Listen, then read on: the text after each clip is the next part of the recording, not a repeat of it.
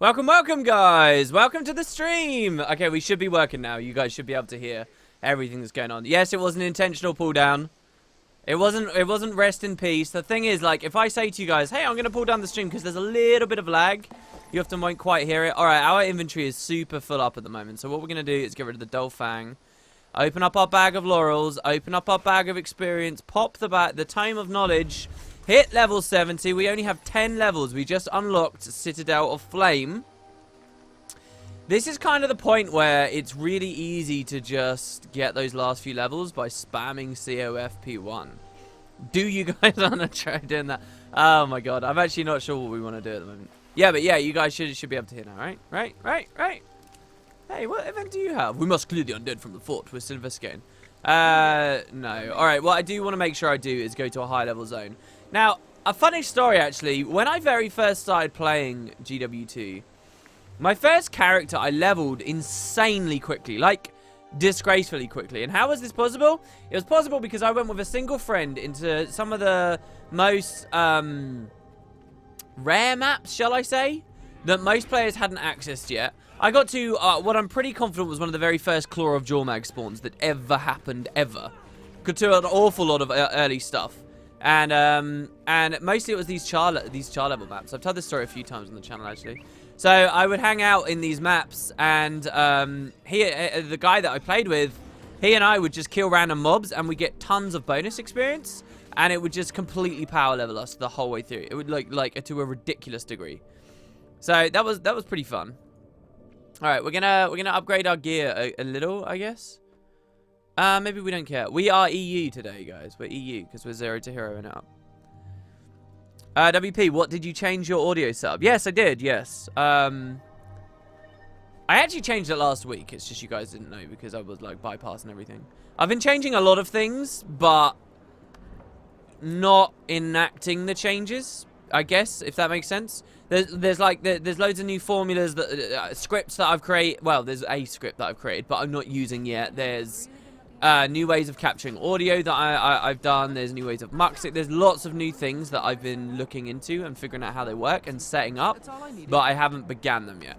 I'm going to begin them all at once in an upcoming week. My aim is a maximum of 2 weeks away. I'd like to start next week, but we'll have to see.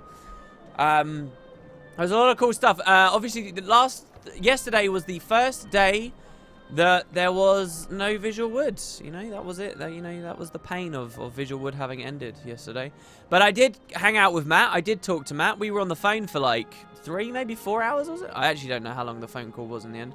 But we talked about a lot of stuff and did some cool preparation, got some cool ideas, got some cool things rolling, which are going to begin next week. For us, it begins next week. I don't know about for you guys when it begins, but there's a lot of good stuff. But don't let me talk too soon. But yeah. Alright, okay. Oh, no. Oh, I wanted to glide, and then I tried to waypoint before we died, and didn't quite make it. Alright, so what do we want to do? We are now level 70, and our bow is only level 6. It's level 65, rare. I mean, oh, at least green. Maybe we don't need to upgrade it. What is the quickest way to level right now? I'm sure it's still tagging ambience. But it must be, like, somewhere up in Fireheart, right? It must be. Let's just start trying to unfog areas. Hypello podcasting coming? Oh my god. A Hypello podcast. I love it. It's a great idea. Let's do it. 42 deaths. Is that really how many deaths we've got? Yeah, Jesus. Oh, that's all set up still. You can type !deaths in chat and still see, can you? That's really cool. Who sorted that out? Seriously, the guys that have been modded, you're like geniuses. It's so cool. Thing is about Dolyax, they're just a bit tanky. I don't know whether I can be bothered. Oh, I'll tell you what I wanted to do the entire time last stream. I wanted to swap to We Healers 1. So that what we can do is this, and then use the heal to give ourselves 25 might. Yeah! Oh, we didn't get 25 might there, I know. We got 17. But still, it was good. Shadow Behemoth is coming up. We've got, oh, if this player runs around with us, he's inspired. If he runs around with us and kills stuff with us, then this may actually be really good. We got Shadow Behemoth, we got Crichton Miner, we got an activity we can do. Which may not be the most efficient way of leveling, but it's still going to be okay. Also, I love this pool of water here. This is probably one of my favorite pools of water in the game. I love the weird, like, obscure, odd places. This is the kind of place where if I could make a quest, I'd put a quest here. I'd be like, yeah, I'd put a quest here. There's a mini game about fishing for barracuda here. Yep. Moon set up the original script, and now !set char can be enacted to redefine who you're playing. Oh, cool. So what I want you to see, what I want to see you do, Fingerlights, is do that multiple times every stream. Yep. So many deaths. There were some nice comments on the most recent X2. It really made me smile. That's basically after the stream today. I've already got my video for today prepared. It is not the Guild Wars 2 video that you will think it is if you've watched my most recent. Yet last night I said, hey, tomorrow I'm going to be talking about some of the more difficult Heart of Thorns achievements. I'm not going to be doing that. I'm going to be talking about a community-run event called the Kit the Traveller, which I actually did a Concrete Ducks video on once upon a time, but I want to do one for the main channel at the moment. And there you go, 25 might. Let's push, go, damage. And then the achievement ones tomorrow. But yes, there's going to be that. I've already made that. And for the rest of the night, basically, I'm going to be... well, there is something else. There's two things I'm doing. But I'm going to be playing X2. And I need to grind in the goddamn Calmlands for the open air or the... oh my god, what's it called? The new coalition that's been enacted there. I need to grind now. That dialogue volume is way too high, so let's turn that down, shall we? And I need to get like millions of credits, which will only happen if I get good at the mini games, I guess. But yeah. I feel bad I can't watch X2 because I'm playing 10 myself and I don't want spoilers. Yeah, definitely do not play any or see any X2. Seriously, like there's just so much about even basic facts about that game as to like, which I won't even define to you now, but will ruin it. And it's like, oh, okay, so I now get, I now understand some of the biggest stuff that happens in X2, in 10. There's like a big thing that happens in the middle of 10 that X2 spoils the outcome of. And then just 10 in general versus 10-2, there's just like a core thing about both games that kind of spoils, you know, the fates of some characters and stuff. Like, just do yourself a favor and don't touch it with a pole. And X is, let's all be honest right now, X is the better game for the story. So don't ruin the 10 story to experience the 10-2. Hell no. 500 bonus experience, it's not bad. Again, I want to save some of the other stuff for when we get to Heart of Thorns and we're getting masteries. Now, as far as I'm aware, let's actually start talking about this because we're getting to level 80. This is what I want a lot of this stream to be, guys. We've got a lot of preparation to do, okay? We've got a lot of things to think about. We need to decide a stat set. We're going to do that when we hit level 80. There's going to be a straw poll. You guys can help figure out what it is. I will try to define as best I can what the best stat sets are for rangers in raids. So we will definitely do that. Let's actually finish this heart, I guess.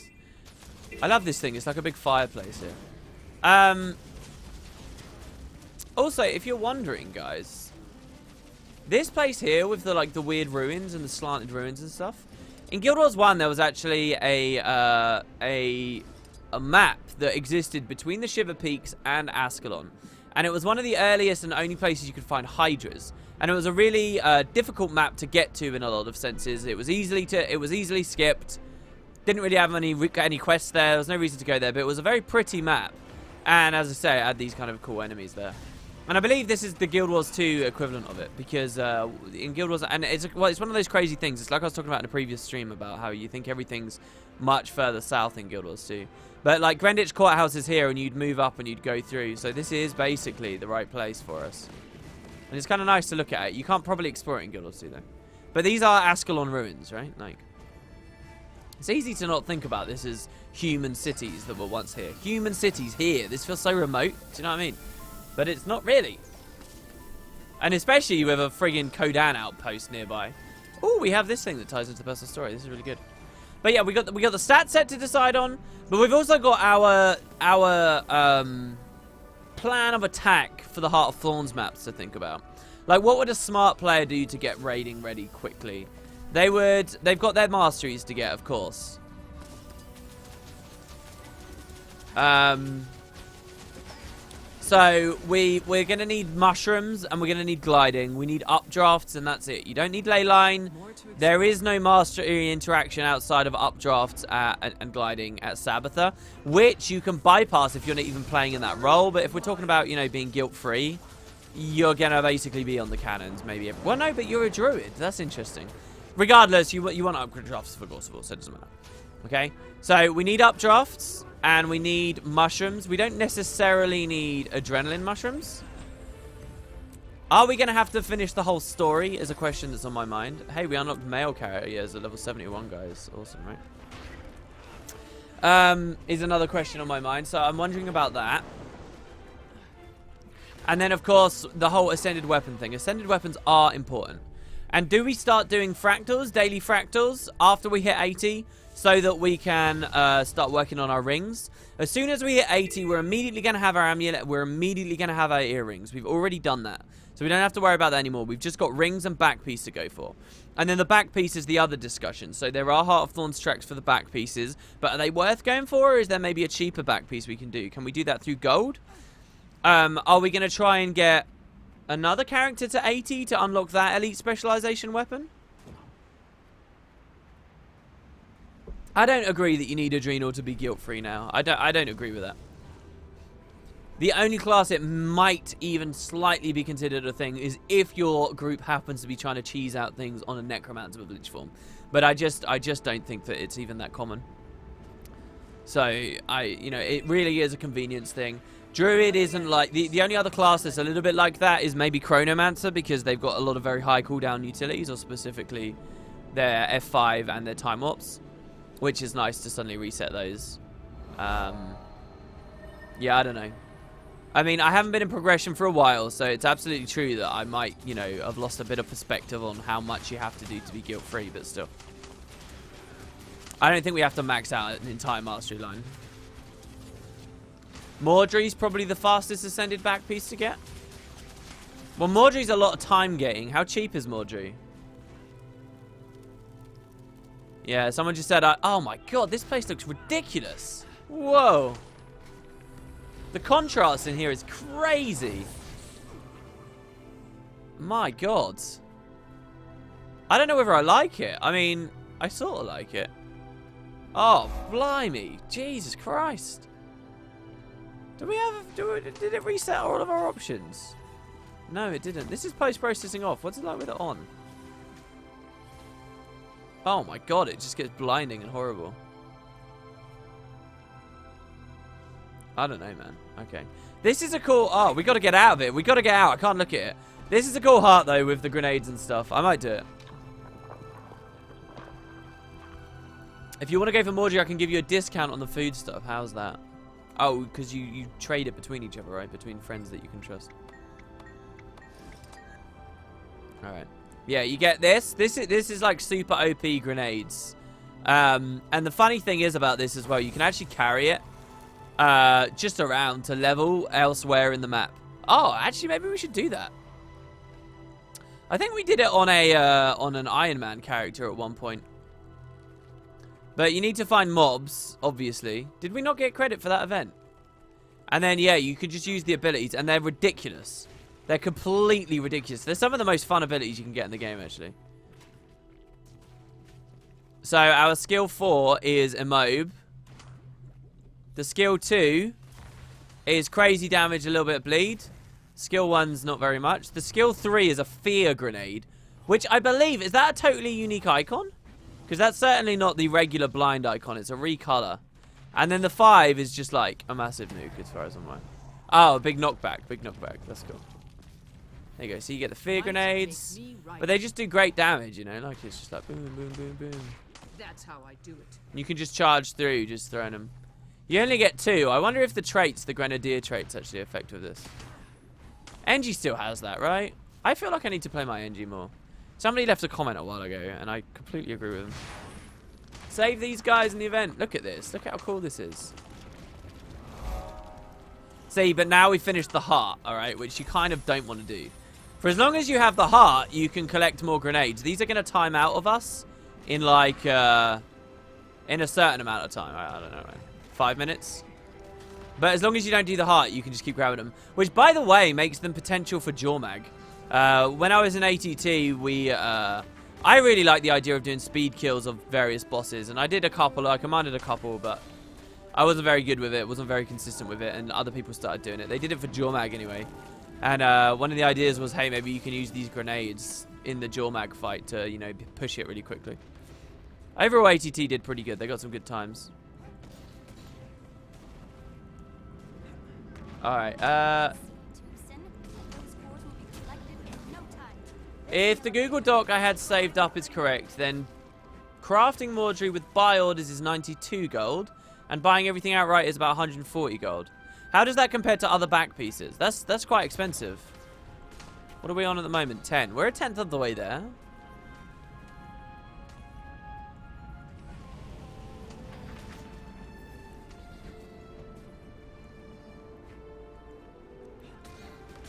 There you go, that's not too bad. Let's go grab this. Sorry, even Potato cannot bring back the viewers to Guild Wars 2, so. Dude, blame Dead World versus World and blame PvP for not being spectatable. I don't know what else to tell you, to be honest. Or you can give me crap tons of money to gamble with. I'm gonna, once the guild hall is level 40, once I am 400 scribing, and once we have 9,999 of every single decoration that exists. Look at that, it's like golden ooze, it's lovely. Once we're there, I'm gonna start taking donations for ectoplasm gambling, and we're gonna gamble 4,000 gold at a time. What do you guys think? Alright, how about 2,000 gold at a time, and we'll just, every month we'll do it. You guys just have to gold cap me on donations every month, yeah? I mean, it is exciting. I do remember. I kind of want to go do it a bit more. But the thing is, the money you find on my accounts at the moment isn't my money anymore. It's the guild's. Rewatching GW1 series, man, brings back some good memories. My friend got the fractal back piece quite fast if you want to play some fractals. Huh. That's interesting. So we're doing fractals anyway for our rings. I wonder how close that puts us beyond that. Oh, that was some good bonus experience there. I really don't want to get rid of these grenades. ArenaNet, don't get rid of them. Please don't unequip. What the balls? What? Oh, he's just getting perma-feared. This is so crazy. Look at this. I think the fear grenade creates this, and this is basically a fear field. Let's see. It is. Look, this is like a fear wall. Man, I love obscure, weird little mechanics like that. Oh, I didn't run back in. So if I can hit it with him enough. I wonder if that's a combo field as well. Is it a combo field? I don't know. A gaseous burst and causes fear. Oh. Look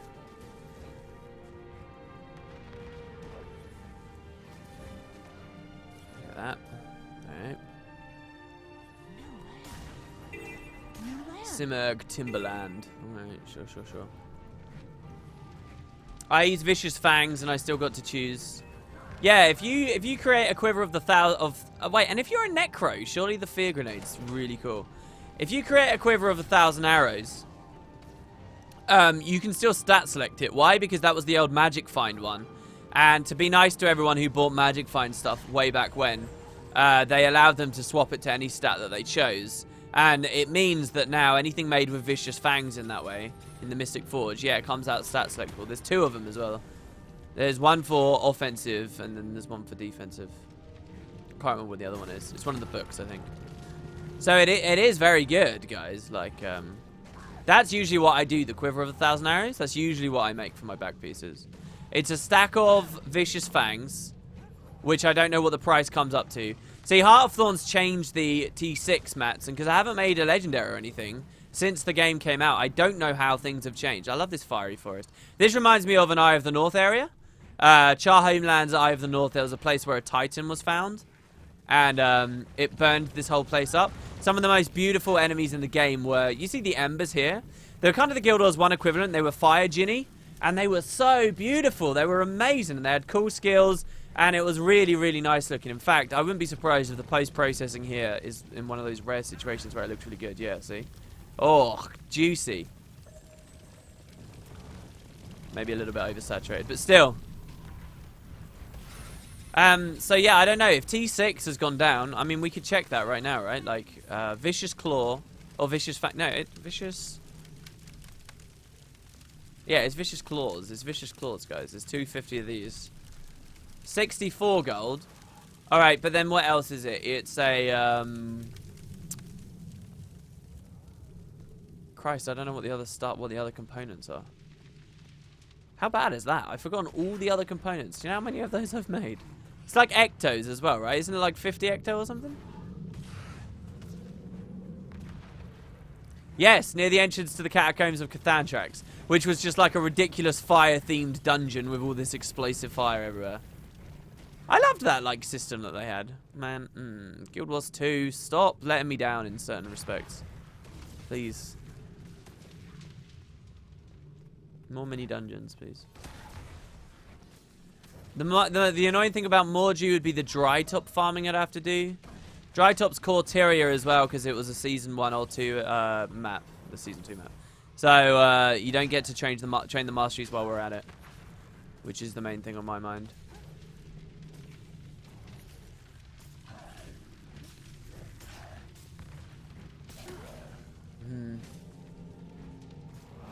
The stone you get from Miani?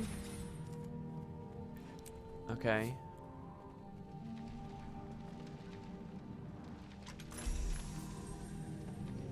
Let's grab this. Okay.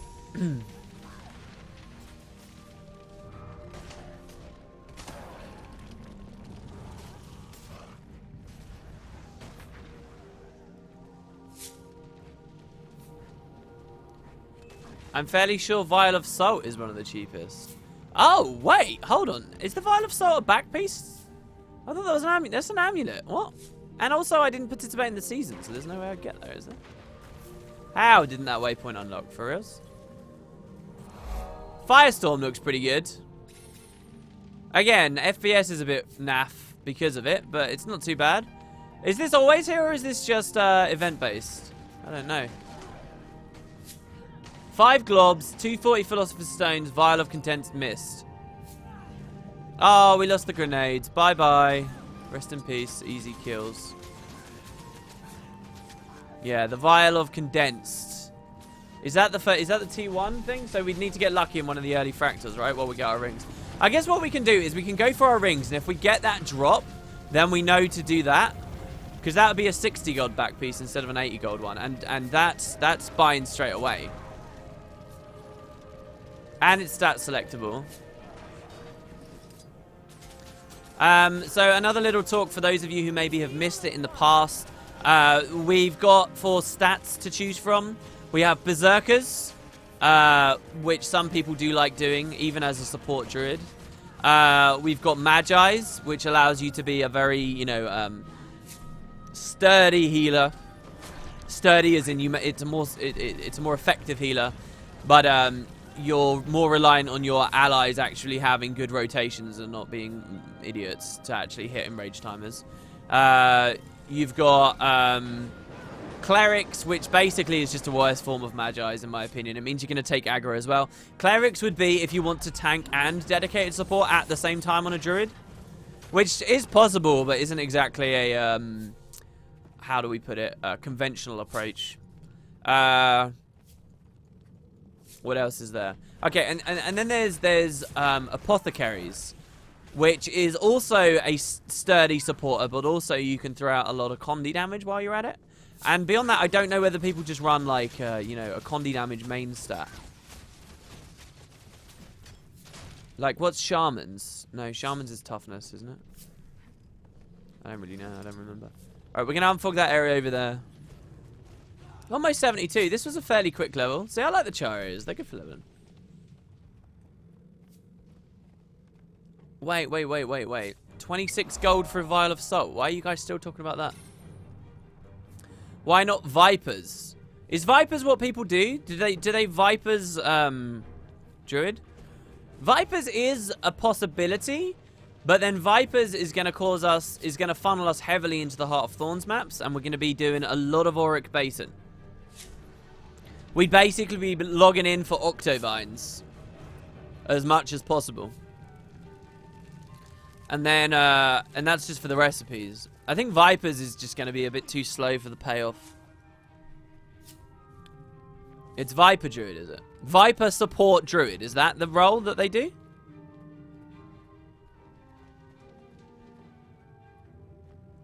Another land to spread my legend. Another land to spread my legend. I love these new speakers, guys. Oh my god. They're huge as well. I was like, oh, I'll buy some more speakers. I looked at the picture on Amazon. I was like, oh, okay, they look alright. They're a bit expensive. But, hey, if this helps me to identify properly when my audio's good and when my audio's bad with my microphone and stuff, then I'll go for it. And I thought I was just investing in something very similar to what I had, except, you know, just not crap. And these things are bloody massive. There's a lot of weight on the desk, too. I'm like, Jesus. Why not Minstrel? Well, again, Minstrel is going to be sticking about for ages in Heart of Thorns maps. It's all well and good to say, oh, why not this? But the Heart of Thorns ones take a long time to get. I believe, anyway.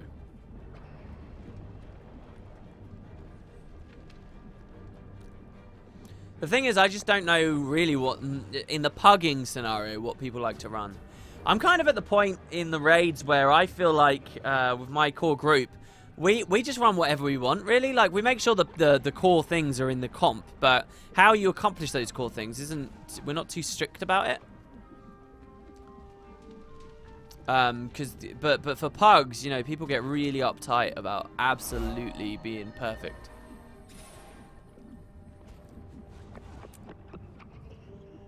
Oh, we're in Fireheart Rise right now. Do the jumping puzzle. Which one? The lab. I'd rather not. What? There's an alpha wolf event here and somebody else is already killing it. This is cool. I like this area. This looks pretty.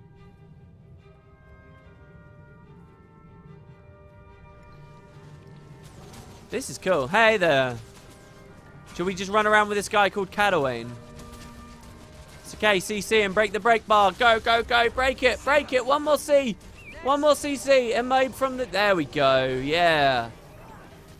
This is a tanky-ass champion Wolfie. Strength of the pack. Oh god, ow, and he hurts. He actually does damage. There you go.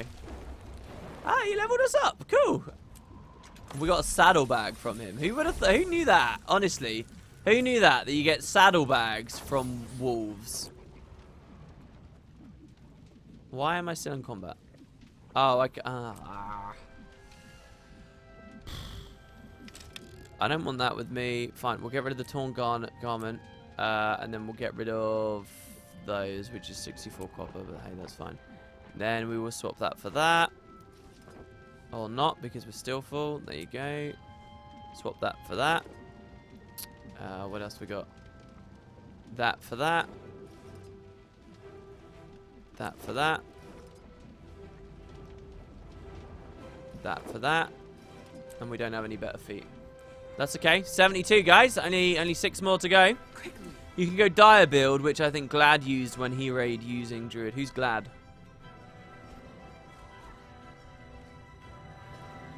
Invest in bigger bags, maybe? I don't know, man. I don't really struggle with my bags. That's not been a problem ever. Don't know what you're talking about. Seems like that's not frugal to me.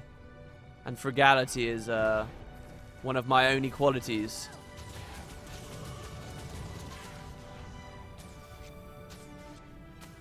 Let's go this way.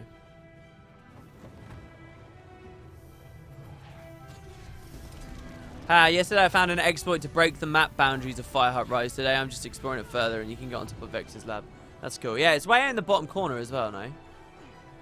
Oh, that's the person gliding. I was like, what is that?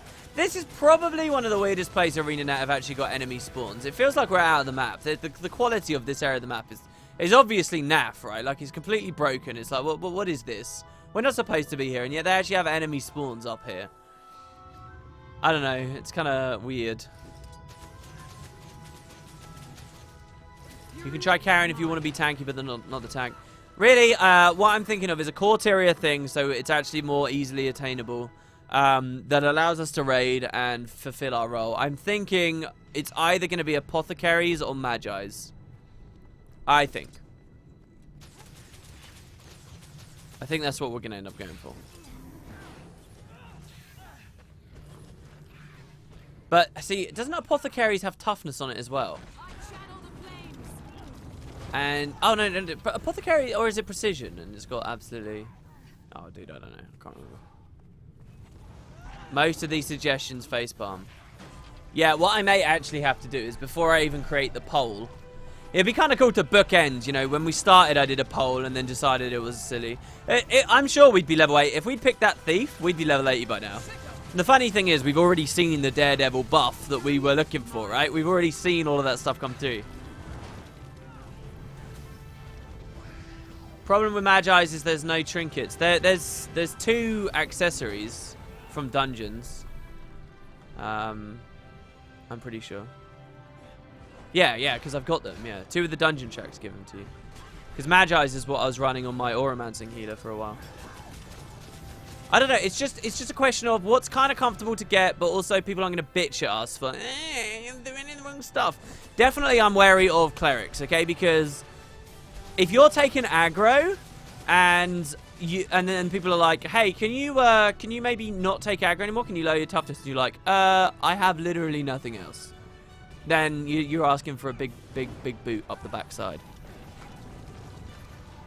Yeah, when I run Magi's, I do have a couple of clerics trinkets on there. It's true. But I also like the idea of like one of these more optimized specs. If it was Condi, I think the closest I would go is... I mean, we'd have to buy Season 2 of the Living World. I don't know. Why is Condi Druid Vipers, not Sinisters, by the way? Why is that a thing?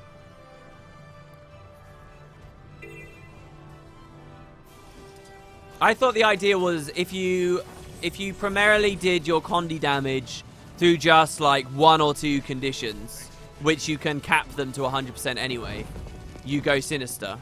For example, a Condi Ellie or a Condi Guardian, putting all of their emphasis on burning. But if you have a wider range of Condis, such as a Necromancer, putting out potentially burns, bleeds, poison, torment, fear, chill, then you go Vipers because, you know, you can get higher on the whole lot. I thought that was kind of the thing.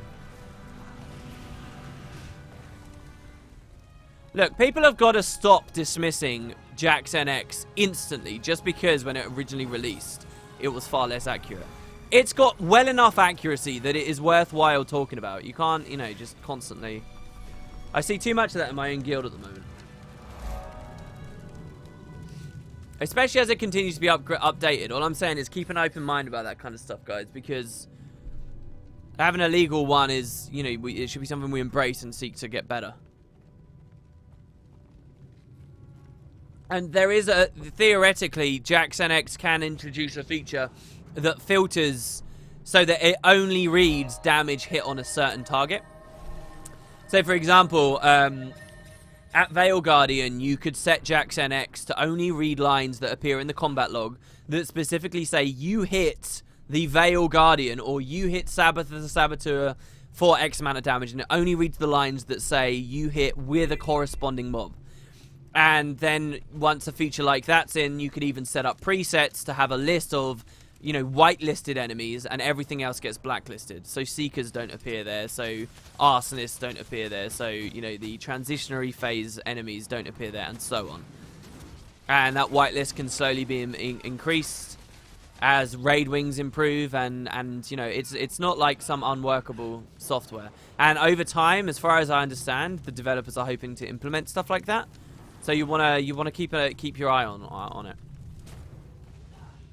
Vipers is straight up better. Really?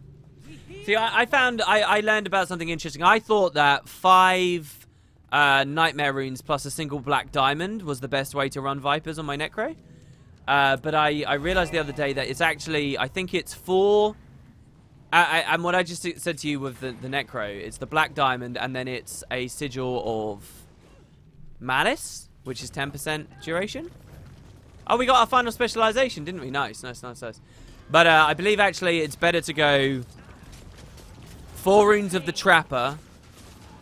Oh, no, sorry. 4 runes of the Nightmare, 2 runes of the Trapper, and then a bursting sigil instead. And I think overall the maths works out to give you +4 more Condi damage.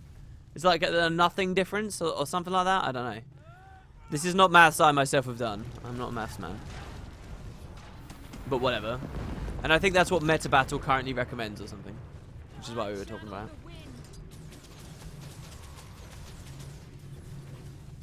I think it's relatively accurate, but I'm scared I might rapidly mouse over the text area, inflating my DPS tenfold. Wait, rapidly mouse over it? Does that happen if you mouse over it? Yeah, I use combat mode, so that isn't an issue, as somebody already said.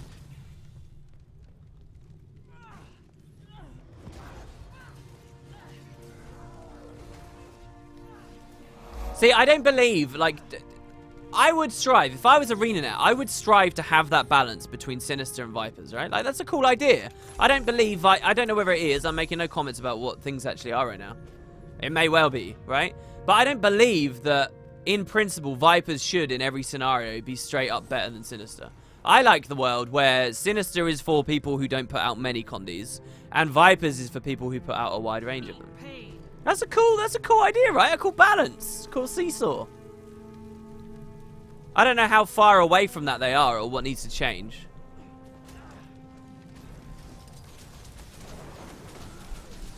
Maybe the cap on Condi duration needs to just go up to like 150%. Because right now it's really easy to go over the 100. I don't know, maybe that would just make Vipers strictly even better. I don't know. I don't know what would need to happen. It'd be cool though.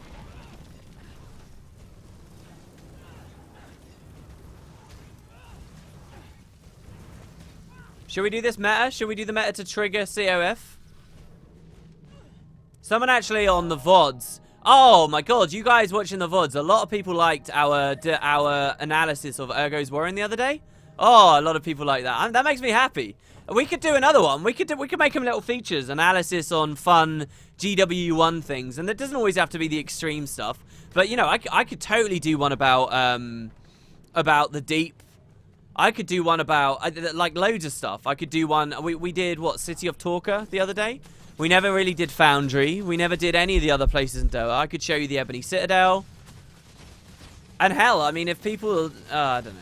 I don't have enough pool to do that. But, you know, more contemporary videos as well that people put out. That stuff's fun, man. I love sharing what GW1 was like.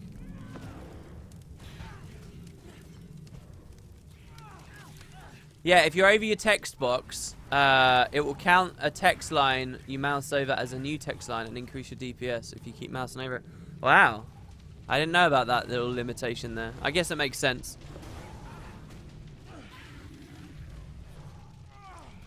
By the way, I finished my 4th personal story run last week.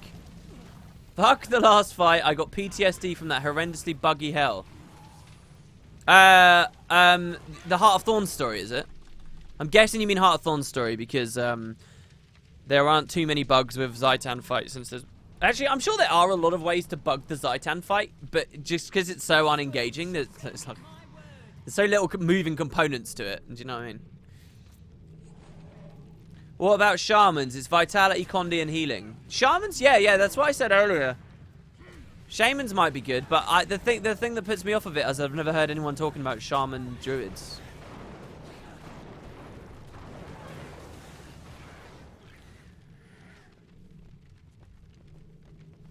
So I don't entirely know about that. But yeah, like for the Guild Wars 1 stuff as well, it doesn't have, you know, there's a lot of other things. Like what about keg farming? I could show you guys how keg farms used to work. I think that just got killed, by the way. Raptor farms, I think, are still a thing.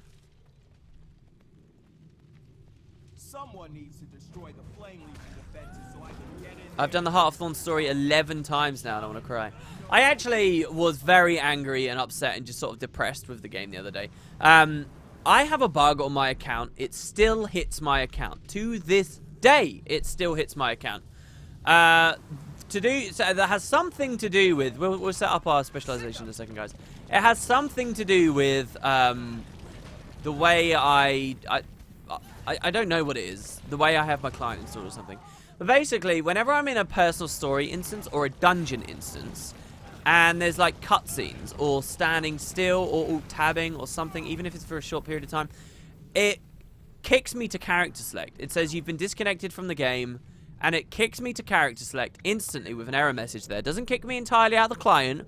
My internet stays fine. I'll stay logged into TeamSpeak and Skype and Chrome and anything else, you know, that I might be doing.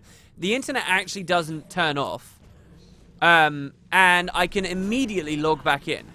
Instantly log back into Guild Wars 2. Like, so it's like a momentary blip or something. But for whatever reason, the game just arbitrarily kicks me out. And it happens during cutscenes all the time.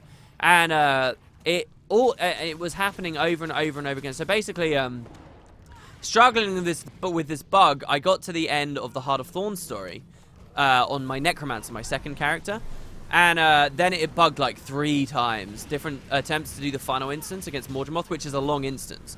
So right, the longer the instance, the higher the chance eventually this bug's going to hit me. And because the final instance is long, so you see my problem. So I eventually gave it up. But the other day I did Extreme Mode, I did Migraine, and I did all those achievements for the Viper's Mordrum Loop on my main account. And that was really cool, and the bug didn't hit me, even though I was in there doing Extreme Mode for ages. So I was like, oh, maybe it's finally been fixed.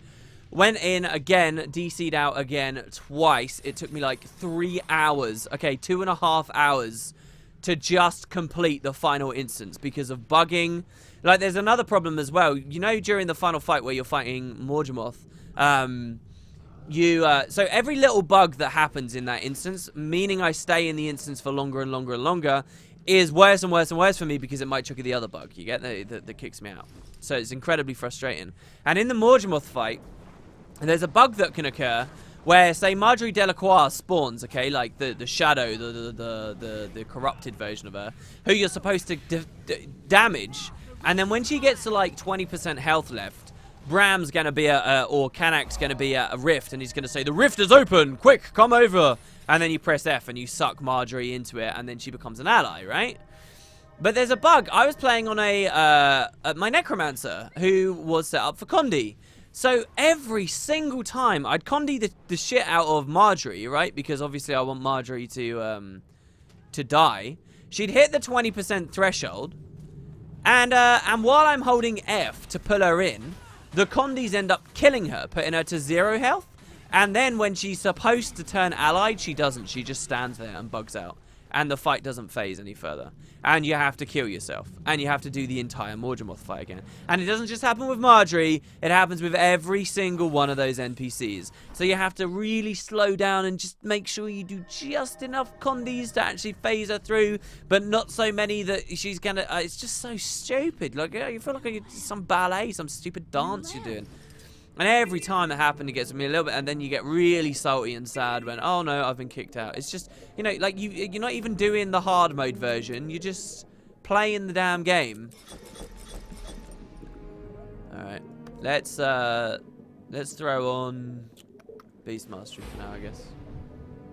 Go for the eyes, man. Oh, come on, why? Oh, I suppose these are event mobs, so that's okay. By the way, Win Potatoes, did you ever do a video specifically about the Zaitan fight? Dedicated? I'm not sure. I'm not sure. Man, it's hard to remember. Over like 4 years of making videos, I don't know. It's hard to remember. Maybe. I know I've talked about the Zaitan fight a lot in different pieces of different areas. I know that I've done analysis of it. And talking about... you know, clearly what they were going for. Like in the Zaitan fight, you can quite... Oh, sweet, we've got an ancient bone. You can quite clearly see in the Zaitan fight, for example... Barracuda meat. How about we get rid of that? You can quite clearly see that there's loads of different cutscenes, right? And the idea originally was obviously that you do a phase of the fight, and then a cutscene would trigger, where, you know, Zaitan then gets shot by the cannon, and then you do another phase of the fight, and then a cutscene would trigger where Zaitan crashes into the front of the airship, and then you do a phase of the fight, and then Zaitan's red thing bursts out of him, and then you do a phase of the fight and he falls down, and presumably then there'd be, you know, a couple more phases where you actually fight him on foot at Zaitan's lair and stuff. I know that I've done analysis of that, and I've talked about that and how obvious that is, and the fact that the whole thing was rushed and those phases never existed. So what you now get with the Zaitan fight is just cutscene, cutscene, cutscene, cutscene, cutscene, back to back to back, and it's weird, right? And you just press 2 on glitter cannons. But was that a dedicated thing, criticizing it? I don't know. It was probably nested in some other discussion about how they were going to handle the Heart of Thorns bosses, or I don't know.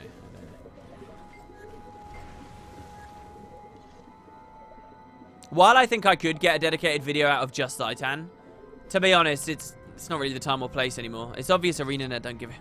I mean, it's just so sad. It's just so sad. Like, think about, they do so much, right? Like, every update they put in the game, I know we as players like to think that, you know, it's all about retaining their existing audience. This is surprisingly randomly pretty. But, you know, there's a component to keeping your game alive of capturing new people who come in. And do you know how many people this game leaks just because it's got a crap story? Really? Oh, it just makes me so sad.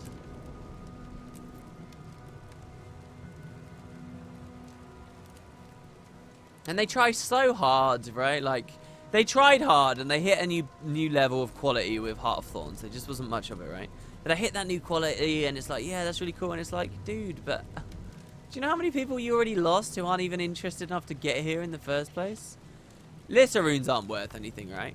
It almost makes me sad that these come as level up rewards now, because they used to be a really interesting rune set, and Lister's my favorite god. But, yeah. Oh, well. Nullification. Oh, let's use it. Hell yeah. I want to see a lot more boon strip be raiding mechanics in the next wing. Ah, there's so many things I'm looking forward to in the next wing. The spoils of battle. The spoils of battle. There you go, we're doing alright. We're still tagging events. Even though this is all inventory management nonsense. Alright, let's take a quick break and get our activity participation. How about we do that? WP, would you consider doing map completion streams? There is some interesting stuff just randomly in the world that most people don't notice, such as Snowden Drifts, where a lot of the Lion Guard have Ascalonian catacombs armor because their ancestors stayed when Rurik crossed the Shiver Peaks, or an Owl Shaman who wields Legion weapons and I couldn't figure out why.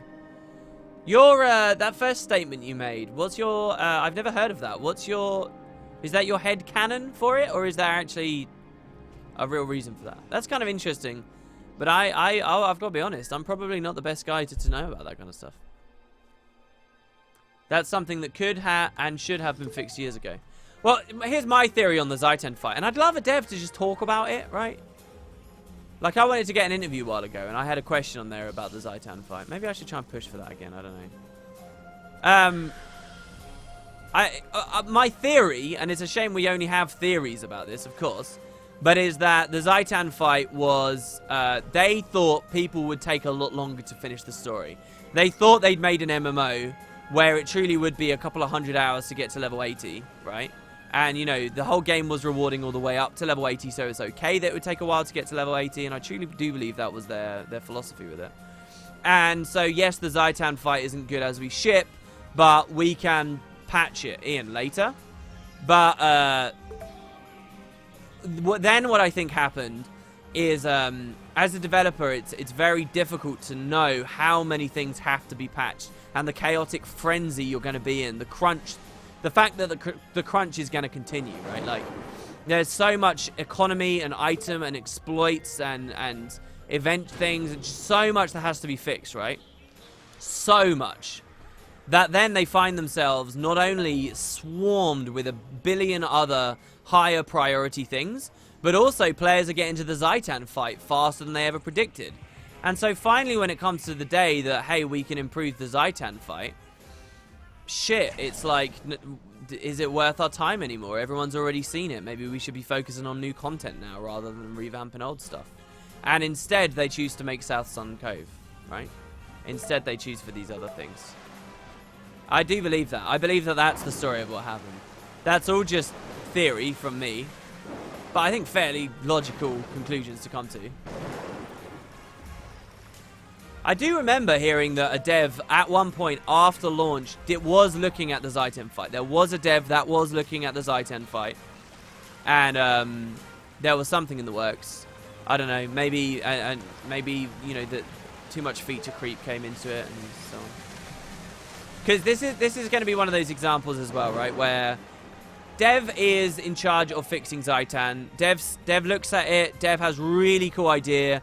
Wants the Zaitan fight to be totally badass, okay? What's the point in changing it if we're not going to make it totally badass? Okay, cool. Here's what... I hate lag, man. That's what it's like playing this on NA. So, Zaitan fight comes up. He goes to his bosses, right, this is what I want, this, and this. I need this amount of people, I need this amount of time. Oh, you don't want to give me that amount of time? Crap. I guess it's not coming. Or they go to their boss, and then this is really what happens. Their boss says, okay, cool, right, this is now a game of resource management. We have to develop, and we have to focus on the things that the players care about. So, what do people care about? Let's look at the metrics. Oh! Only like 2% of our entire player base got to the Zaitan fight anyway. Everybody quit the personal story halfway through. Oh, I guess we made a shit personal story, guys. What's the point in fixing the very end of it when nobody plays it anyway? And that's the truth. That's what would have happened, right? For the coolness. It's not worth it because there's not an audience there.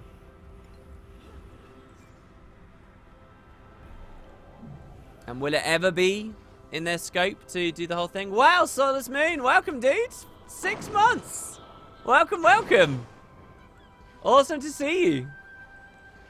Anyway, so that's my Zaitan development hell theory. It you know, a good revamp was never greenlit because it came at the end of basically a giant shit show anyway. So it's kind of fitting the way that it ends, right?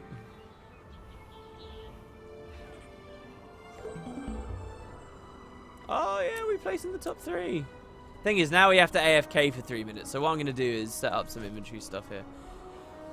Mystic Forge Stones is fine. A dagger, level 67 dagger. Don't care about it. Let's sell.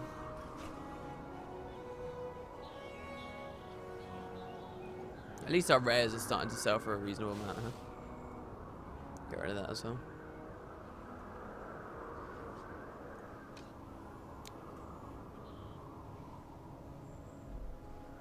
Like, I honestly think the story can be good.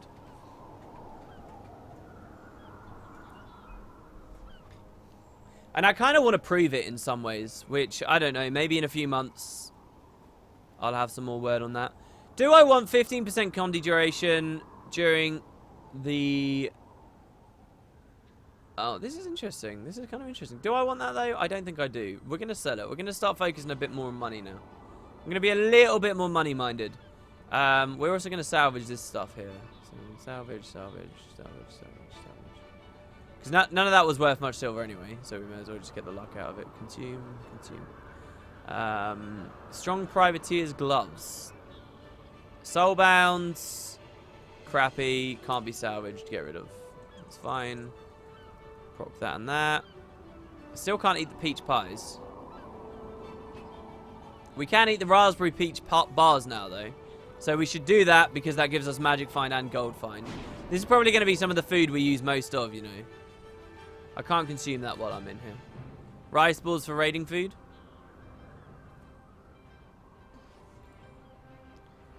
The Ascalonian Lion Guard thing is headcanon, but it's a fairly logical conclusion to come to considering the incredible concentration of those NPCs and the fact I haven't seen any other NPCs of that type elsewhere. Okay. That's fine. I like the theory, but you do have to, boy, let me tell you, you have to be careful of, you know, what's headcanon and what's theory. You have to draw that line very closely. Oh, I don't know, maybe it's a random dude on the internet, you don't. I still don't want to open these bags of loot just yet. We've been holding on to them for ages, but I don't want to open them until a little while later. And we can get all level 80 stuff from them. Still can't consume. Alright. We're almost done. We're just here for the daily daily activity, and then we can move on. The story can be good, but it seems as though there's a huge gap in communication with the writers and other departments. Yeah, that's definitely one thing that I think you can easily see. I mean, it's a huge, huge, huge product, right? Like, it's a huge product developed over multiple years by lots of different people with all their hearts and minds in different places. It's okay. I think I'm 2 days late or so. I subbed on the 5th 6 months ago. Stupendous efforts all around. All right, let's get out of here. Let's get out of here. All that for a single writ of experience? I don't know, man. Good afternoon, Kenyon Swift. Welcome, welcome.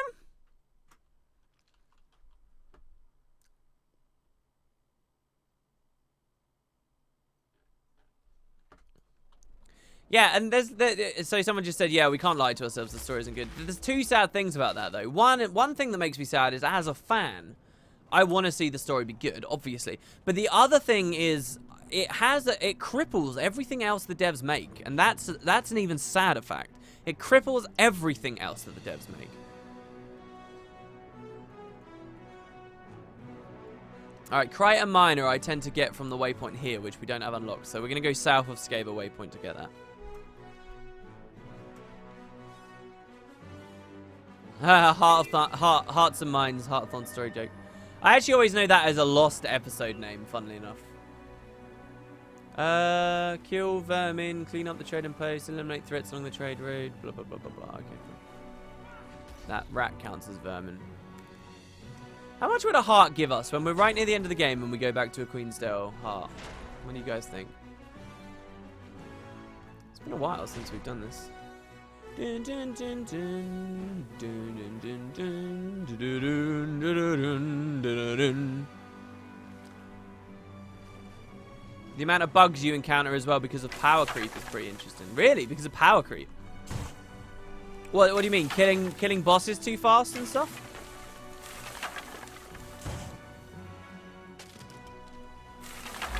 There we go. Got that. And now we're just going to go get our mining. That was not bad. It wasn't great though. It's only because it was easy to get. I think if I'd really had to work for that heart, I wouldn't have been happy with it. In the source of ore, the mission bugs out completely if you kill the eye too quickly. Oh, that's a good example actually. Yeah, that guy's such a pushover now. Such a pushover. Oh. I mean, really? Would I say Guild Wars 2's dying? No. I wouldn't say it's dying. I'd say it's far from dying. I think that they've got three more shitty expansions in them before they die. Easily. They've got a buffer period to figure themselves out and start doing expansions that have more content. They've got time.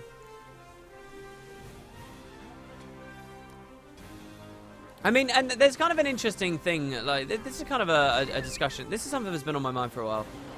This whole idea of a game dying, right? When is the game dead? Think about that for a second. I mean, do we call it... Let's say that you have a game, okay, and it has... Alright, let's go extreme. Let's go ridiculous. It has 1 million... At its peak, it has 1 million average concurrent users, right? Alright, this is like some insane game, alright? And 3 years later, after its launch, after its peak, it now only has 200 concurrent users on average. Is that game dead? Now, by a lot of people's perspective, they're going to say, yeah, the game's dead, all right? But that's more you're thinking as a comparison to what it once was. When you actually think about the game itself and the systems within the game, maybe it doesn't matter. If those 300 players are all being funneled to the same content, and they happen to be around each other, is it dead? Like, for example, I just saw this random guy there. There could only be 10 concurrent players in all of Guild Wars 2. But while I'm running around experiencing the open world, I'm seeing one of those 10 people at least. When I go to PvP, the population's there. When I go to World vs. World, the population's there. So my point is the game ever dead as long as you can log in and find other people? Does it even matter what the concurrent users is? Do those numbers matter? Does it matter what it was 3 years ago? Does it matter what it is today? All that matters, surely, is that as you run around, the world feels alive and you have people to interact with. All that matters is when I type in map chat and I say, hi, is anyone there? I feel like you guys aren't going to see that on stream because of the potato. I feel like there's a reasonable chance somebody's going to respond to me, and indeed they might. I mean, we're on Queen still. Surely that's all that matters. Which is very hard, actually. I guess my point is very hard to ever declare an MMO dead, isn't it? Because it's very easy to hit that. That's a pretty low bar to hit. Strength in numbers. So someone in chat said the game's not dead until the devs cease making updates. Well, see, even that is, if there's still people there, is the game dead? For example, okay, a while ago, last year, okay, years and years and years ago, I played an old MMO, a side-scrolling MMO. It wasn't MapleStory. It was an old side-scrolling MMO. That game ended up getting shut down, alright? That, I would say, definitively is a dead MMO, okay? But a different company relaunched it under a different name, and I found it, I got nostalgic about it, and I shared it with Matt. Because Matt was a huge fan of MapleStory, and I was like, look, this was MapleStory, but better, and it was just a shame that it got killed. I want to show you this. So Matt and I actually spent a couple of hours one day playing this weird-ass game. When we played said weird-ass game, this was a relaunch of an obscure, odd, random little-ass game, alright? That nobody knew about, had no marketing behind it, had no current updates going into it whatsoever, had been, for all intents and purposes, dead and gone for years, okay? But there were still players around there. We found people. There were people in the starter areas. There were people wandering around. You know, only a few, but enough to make it feel alive because of the way that the game was structured. So even that game I wouldn't say is dead. And that's had no dev support for ages.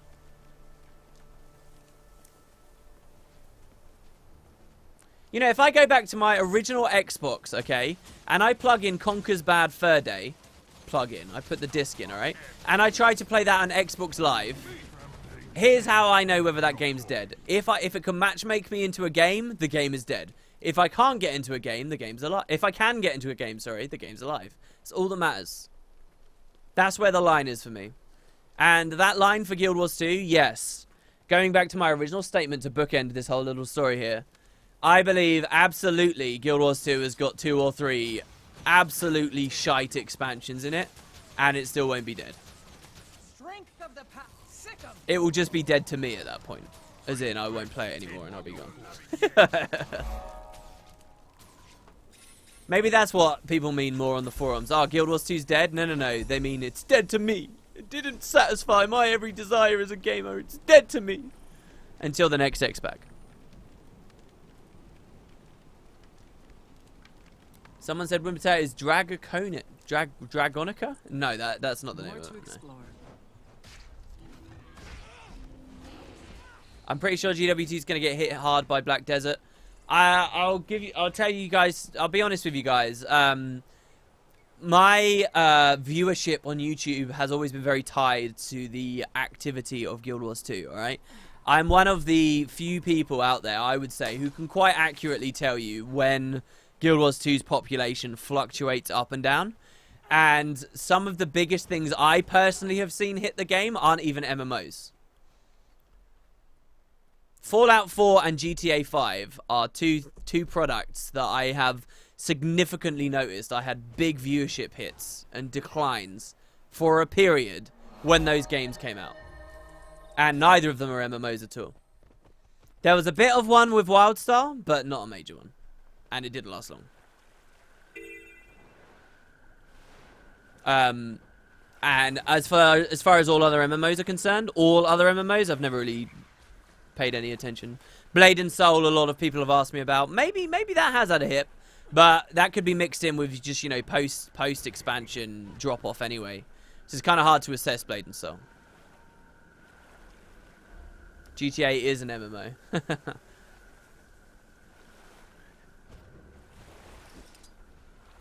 You said you're going to do a video about masteries. What was advertised and what was given? When's that happening?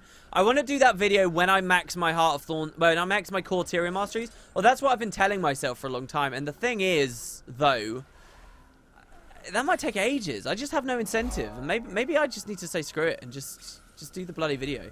And a part of the discussion can be, hey, I literally do nothing. Because I don't play fractals, there is just, like, these things are just not getting pushed up. And the master, and here's the important thing, The masteries alone have not been enough to encourage me to return to core Tyria as a veteran player. And I suppose that you know, there's something to say about that in terms of, you know, how boring they are, or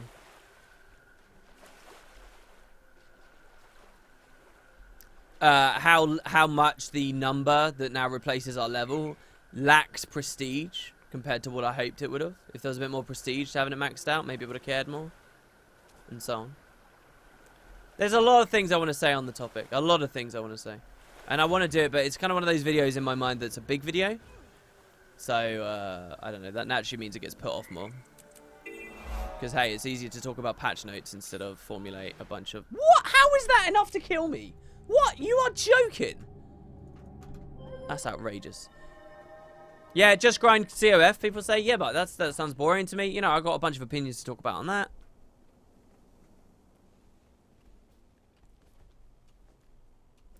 Being Blade and Soul, if you don't like the PvP, you don't stay. There's nothing else to do. You guys might notice that, by the way, with MMOs. When new MMOs launch, they pretty much, that's the formula you go with. It's like PvP is endgame for a while. That's the way it works.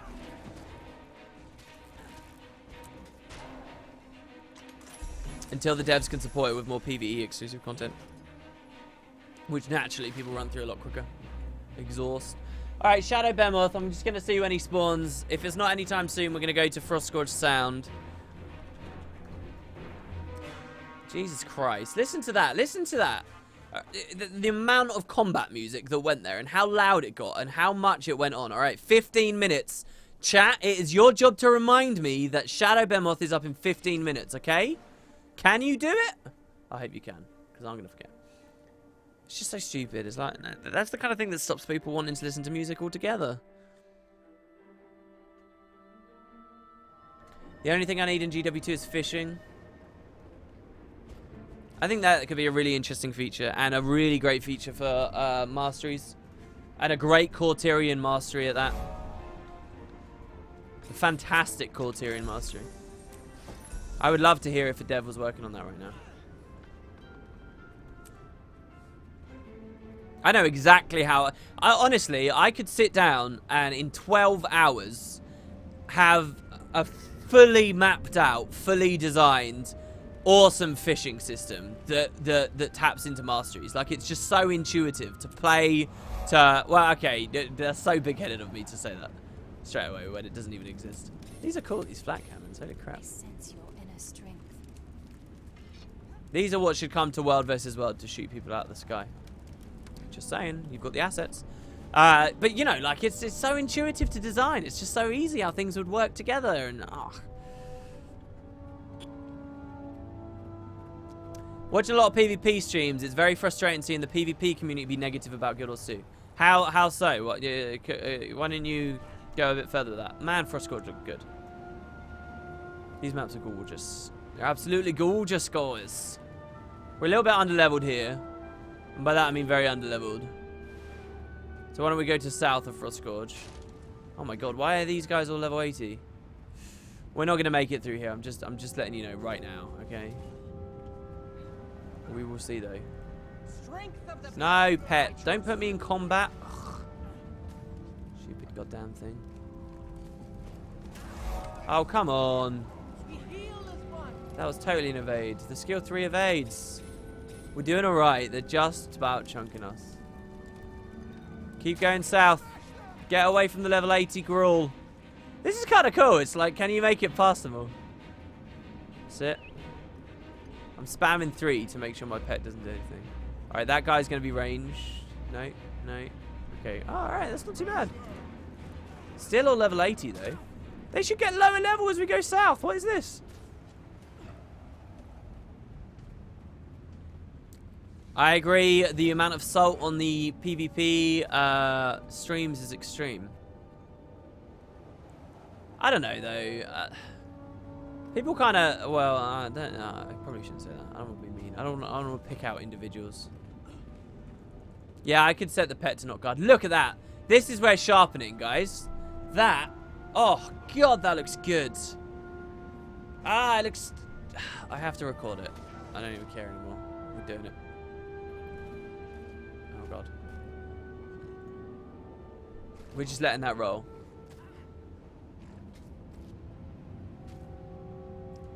Yep, that's it. I'm doubling up. You guys are just gonna have to wait. You will see this in a video at some point. No, something hit me and procced my trait, which made me bigger, which moved my camera. Oh well, there you go. That's the end there. Well, disabling ranked for a month is kind of stupid. No, I don't actually think that's stupid. I think having, well, okay. No, yeah. You can have ranked without the season being active, if that's what you mean. Yeah, I agree. Strength of the pack. You just reminded me of an idea I had a while back about bringing in new professions, but instead, if crafting, they are adventuring professions that make you go out and explore the world to level up, say fishing, start in low-level areas, and you fish enough and level up, start going to higher-level zones, something that can introduce a lot of cool new things into the game. Oh, I agree.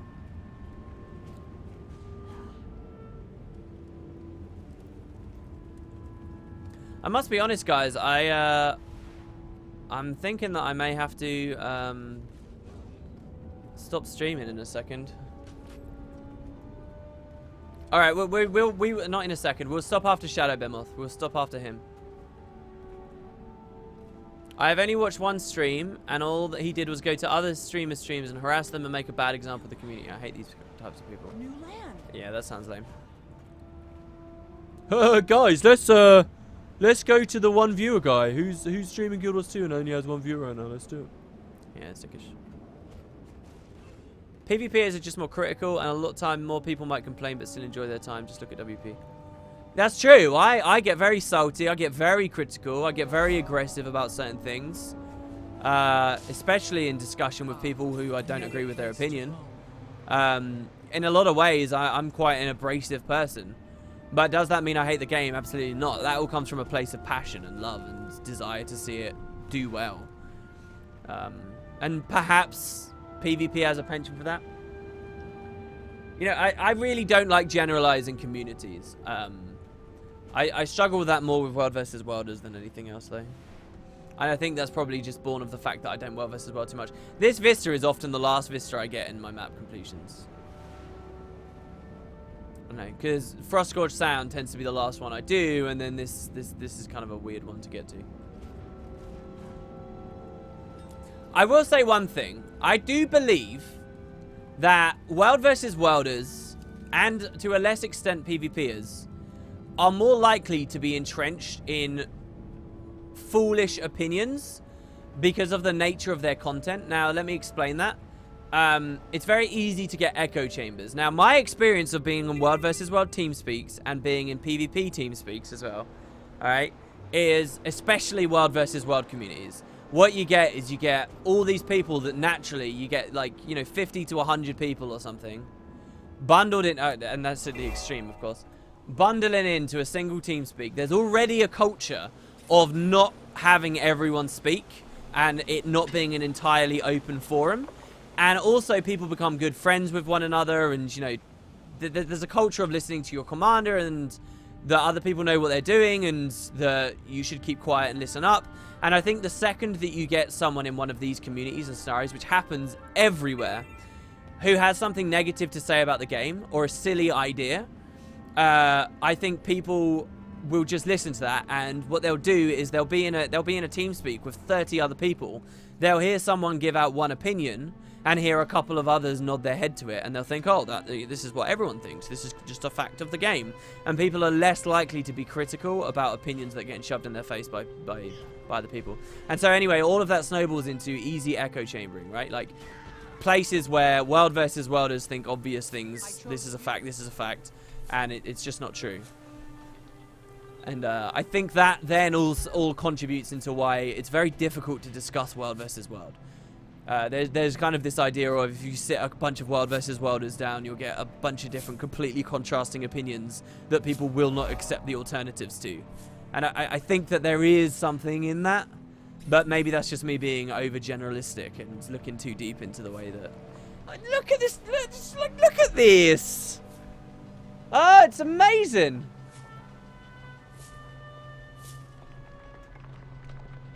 We're filming again. That bat had best not charge me. Don't you attack me, bat. No! Don't attack! No! Ah! We kicked him away with the skill 4, but that's it. We're just going to use this. There we go. Oh, I'm such an efficient content creator, these guys. These guys. What? These days, guys. Alright. Man.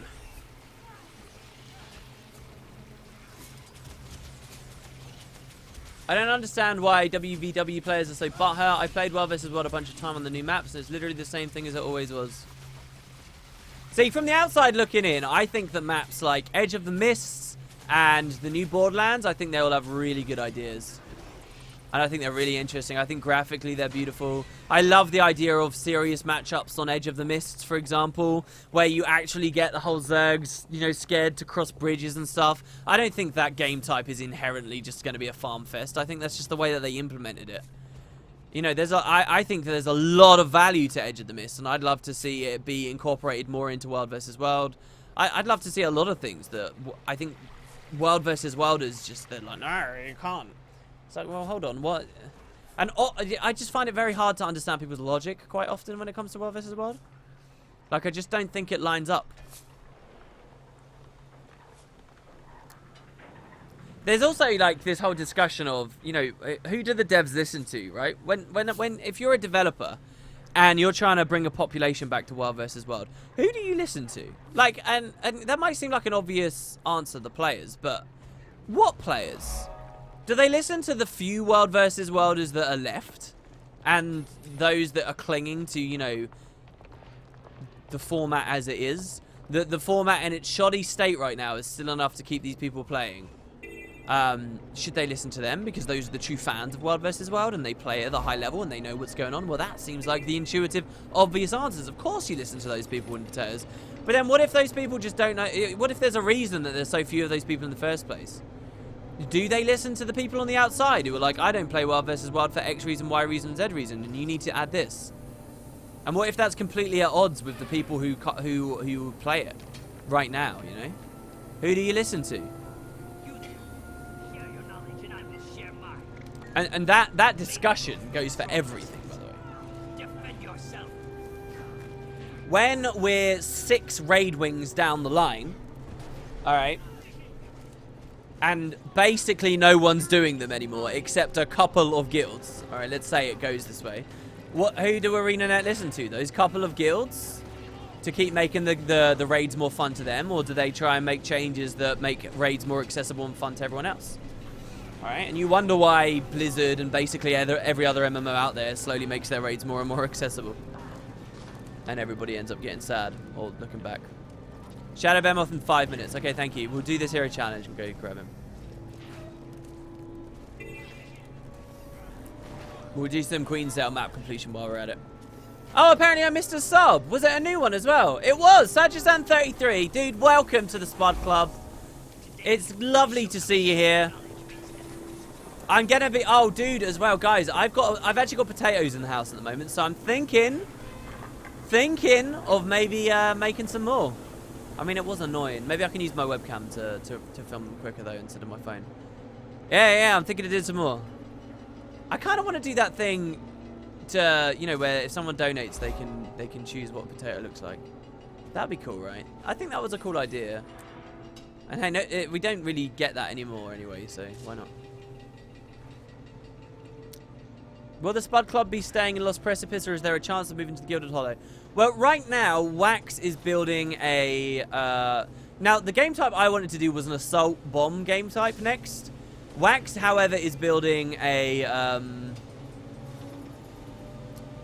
oh my god, why am I blanking? He's building a King of the Hill. There we go, Jesus. King of the Hill. He's building a King of the Hill game type. And he's already started building the arena. I don't know whether it's finished or what, but you'll notice it down there. He's got a cool thing for refereeing with a stopwatch and stuff. I think he's having a lot of fun with it. So our next one, we'll do that in the Lost Precipice. And then, yeah, maybe we'll go Guild Hollow. I don't know. Or maybe we'll finish off all of our our Lost Precipice progression. And then Gilded Hollow it up afterwards. That might be better. I'm not entirely sure just yet. Strength of the path. Come on, Devourer. Come on, Drake. Use chill. Give me might. That's it. 12 might. That's right, guys. We're just getting the Vista, and then we'll go to Shadow SB. For those who have missed this whole discussion, the reason why we might want to go to the Gilded Hollow, in my opinion, it is in every way an inferior guild hall, alright?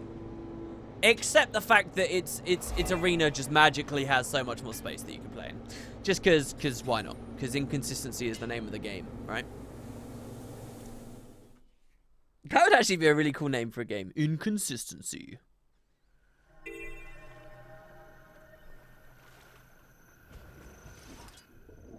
Yeah, if we change the guild hall, we'll have to pay another 100 gold. So I do believe that there would be a straw poll on it. I'm not going to spend 100 gold of everyone's hard-earned cash without consulting people. That would be dickish. Got to do things democratically, guys. In moderation. Well, we've got about 200 gold in guild funds at the moment, not including prize pool money that's in the stash. So we've got an okay amount of money at the moment.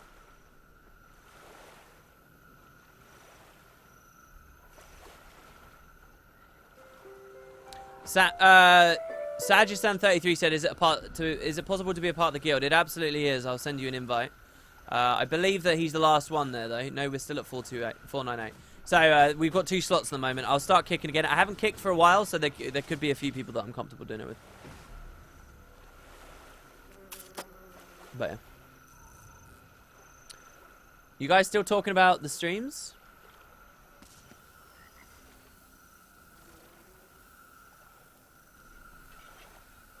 Yeah, I don't know. I don't enjoy PvP streams because it's I don't know. I really do think it's just conquest.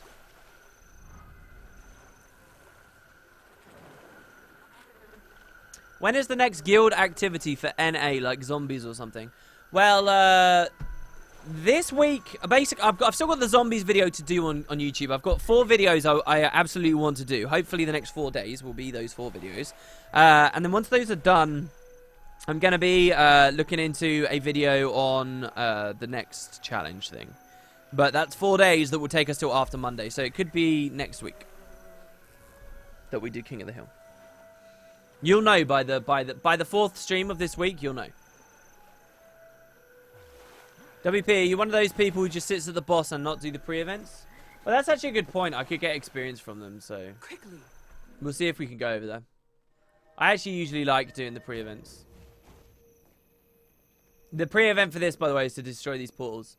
But I don't know whether we're going to be there too late. No, we're not there too late. Nice.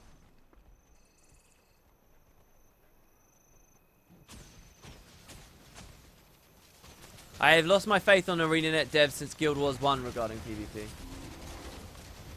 Well, Colin said something really interesting on a recent stream that I suspected was true, and it was nice to hear him say it, right? Because, you know, it's like, yeah, okay, we should think about this.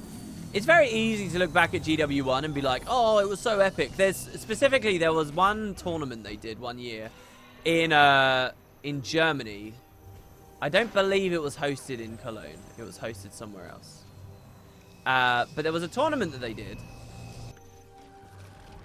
And it had a really good video made of it. A really good video. It was like all epic. It was professionally edited. And it got you pumped. It was good. It was a good video. But what it does is, if you watch that these days, it makes you look back on Guild Wars 1 and think, whoa, look at this epic scene they had. And we haven't ever come close in Guild Wars 2. This absolutely sucks. They had so much higher population, blah, blah, blah. But actually, given what Colin said, and it seems like overall probably the Guild Wars 1 PvP population was much lower anyway than Guild Wars 2's is. It's just very easy to romanticize the past.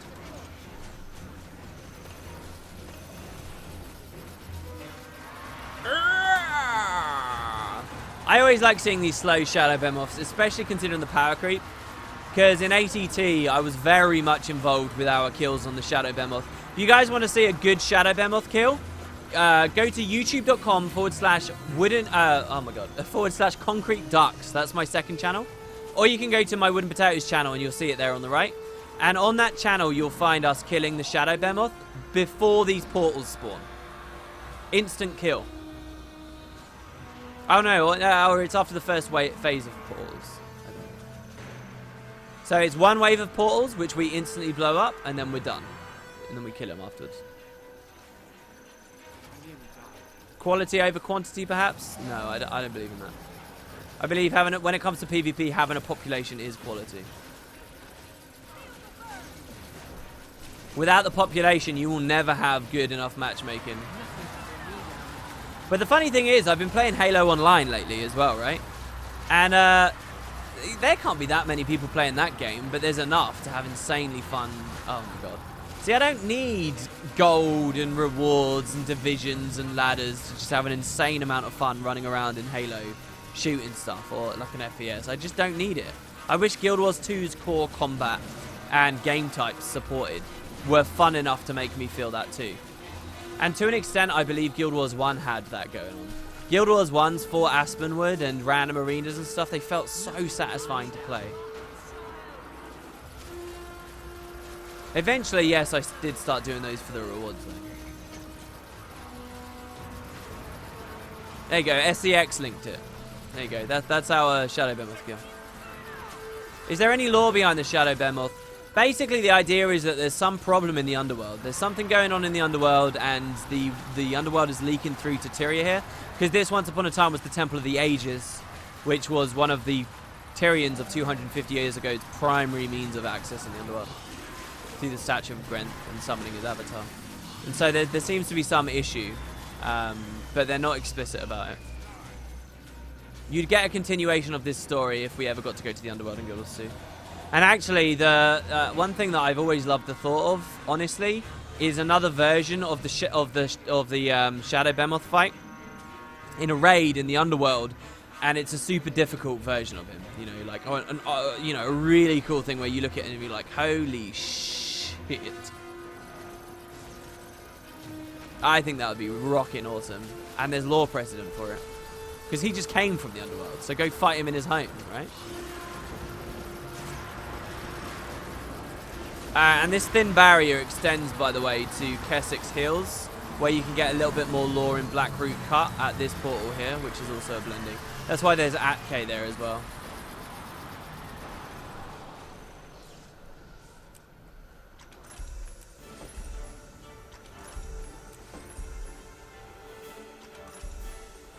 The spoils of battle.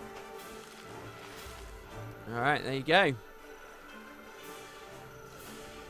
And that, as they say, is that, guys. Unfortunately, we had some pretty interesting discussion, those. Yeah, RA was satisfying to play. I don't know. I mean, it was frustrating in so many ways as well. You'd load in, you'd have no healer. Oh, you're done. You'd load in, you'd have no healer. You'd load in, you'd have no healer. You'd load in, you'd have no healer. You'd load in, you'd have no healer. All right, fine. I'm going to log in as my monk now. I didn't want to play the monk, but I'm going to play the monk just so that I can have a goddamn healer and maybe get a win spree going. You load in, you have 2 healers. And you're also playing a healer. Oh, we lose anyway. Right, like, that stuff was annoying. You cannot forget that, alright? Don't forget that. But, oh my god. I remember very, very, very much really loving playing RA on my assassin.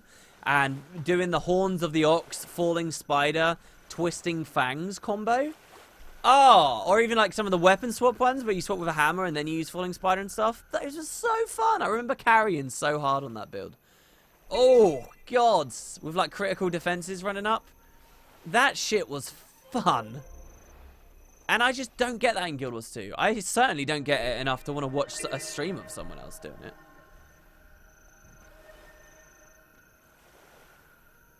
Yeah, or you load in, you see a monk and it's a smiter. Yeah, exactly, right. It's like, damn it, why are you smiting? And the thing that makes me sad, okay, is that frustration of RA. One of the only frustrations that really stands out to me of random arenas, the old format, right? Guild Wars 2 has solved that. Guild Wars 2 solved that. There is no loading in and seeing that in Guild Wars 2. Just dump RA as it used to exist in Guild Wars 2. It works. You've already solved the biggest problem with it. Do your other philosophies. Well done. And then they just like, they get pipped at the post. What is that? It's crazy. Some funny weapon swap RA builds from SCX. Dude, you're amazing at linking. I'm loving seeing all the links you're throwing in. It's really, really good. I kind of want to be level 74 before we end, but hey. Maybe it is not wise. It's not wise. What's our uptime? Let's have a look. An hour 30. Ooh. I miss AB the most. See, AB was cool, but I think AB, that experience of alliance battles, if they ever get world versus world into a good place, that does exist in Guild Wars 2, right? Like, world versus world, at its perfection, to me, okay, world versus world is a mix between AB and fighting for your... Like, one of the exciting things about AB was fighting for your faction, right? Well, like, the equivalent in this would be fighting for your world, your server, right? Like, to me, the perfect world versus world in Guild Wars 2 is a blend of alliance battles from Guild Wars 1 and the wilderness from RuneScape. That's me as a gamer. Those are my gaming experiences. Of course, other people will look at other MMOs and, you know, their world PvP, but that's what I would want. That is what I think would the best would be. We're, of course, never going to get one of those that I just said, but hey. Wax said, do you want to make me help a spud and then I can invite or not bother today? Yeah, don't worry about today. It's not a very guild-heavy stream. If someone wants to invite, then they can just whisper me. It's fine.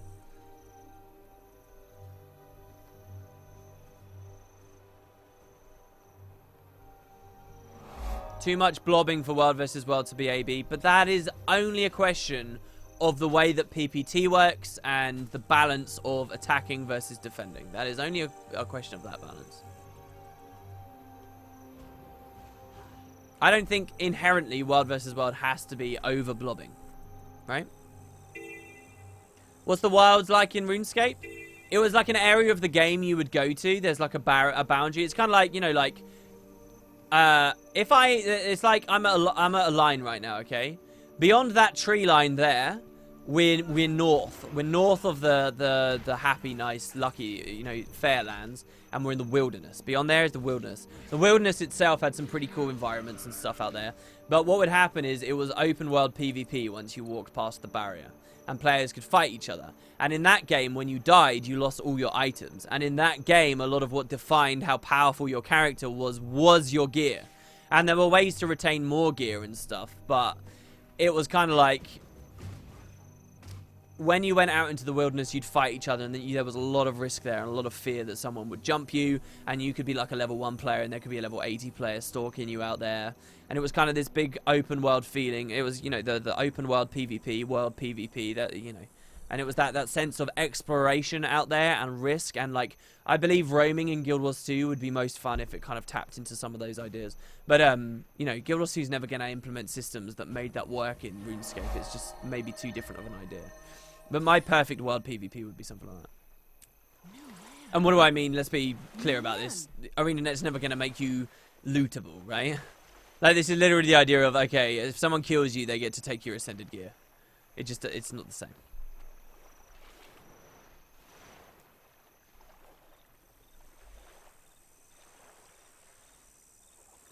Strength through numbers is easier than strength through tactics. Blobs will stay because of that. Yeah, but that also is not inherent to Guild Wars 2. That is an unfortunate consequence of the combat system. That is simultaneously trying to be an RPG with meaningful progression and customization, a competitive arena-style PvP game, a high-end 10-player PvE game, and 100v100v100s world versus world, large-scale tactical war game, alright? That is what the combat system is trying to be, all three at once. And it is not an easy thing to accomplish. And unfortunately, it fails in the world versus world section of that more than anywhere else.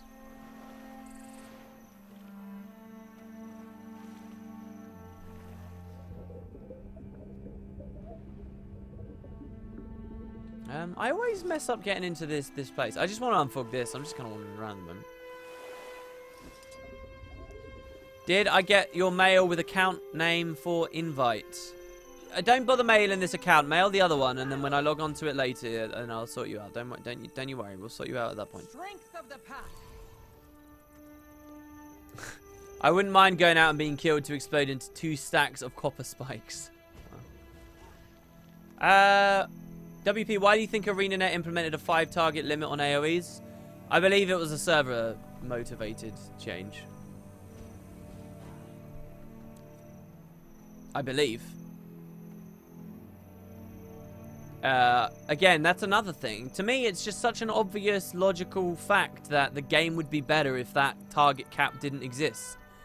But there are a lot of people in the World versus World community who are like, no, that wouldn't work at all. And I think it's just because they've been playing it too long and they can't comprehend a world where they don't blob, right? Like where you don't stand super next to each other. I don't know. That would look good if this lighting was placed further back out. Unfortunately, it wasn't.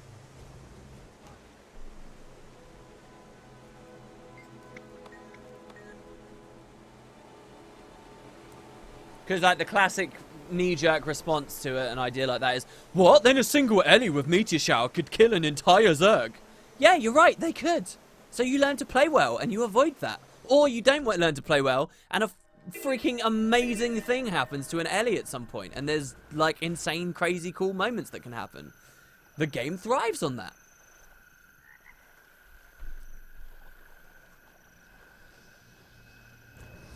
There are certain discussions to be had with stuff like that, though. Like, retaliation would have to be very much rebalanced. Things would have to change to accommodate, right?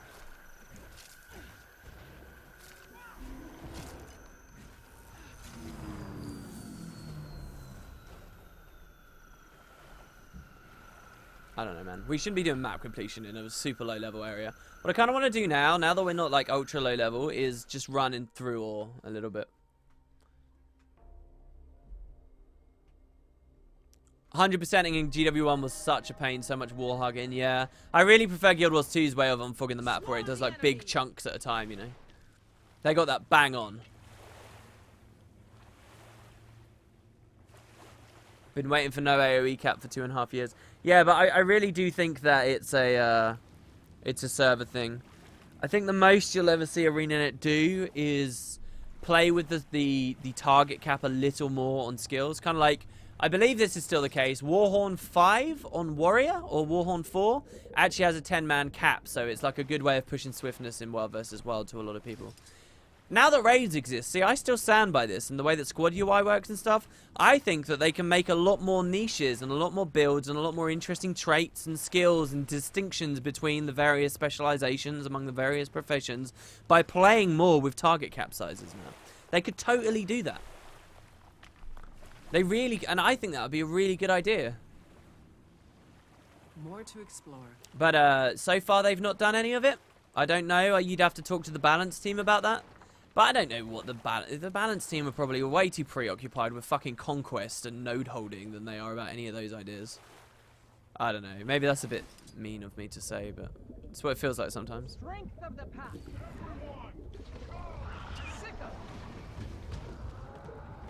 And that's just an example. I mean, like stuff like that. You know? The general, they're focusing on other things because they got so much to focus on. And believe me, I don't envy them. Look at these dragons doing absolutely nothing. Oh, it was the Warhorn target cap was changed to 5. It was changed down, was it? Oh, well, there you go. I mean, Siege is still an example of a place where they do it, though. Siege can hit more players. So they do have some of those interactions in there. They should just play with it more. But it all depends on how the server goes. It's obvious I'm not going to be able to get that hero challenge. God damn, man. This combat music. Alright. Well, there you go, guys. For some reason, dying in the water there frustrated the hell out of me. Thank you very much for watching Potatoes for Lunch today. There's a very good chance that tomorrow's stream will be at around the same time. We may finally be back on regular set schedule. We'll see. But that could be pretty cool. So do keep an eye out for that, guys. Obviously, it will always be Friday, Saturday, Sunday, Monday. But the actual specific time may once again get fairly regular. So I do want to let you all know, if you're watching it today, you may be able to tune in for it tomorrow. But yeah, great stuff, guys. Thanks very much. Do be sure to check out the channel a little bit later on. And until then, I will see you all tomorrow. Have a great evening. Hope you had a lot of fun. And I'll see you soon.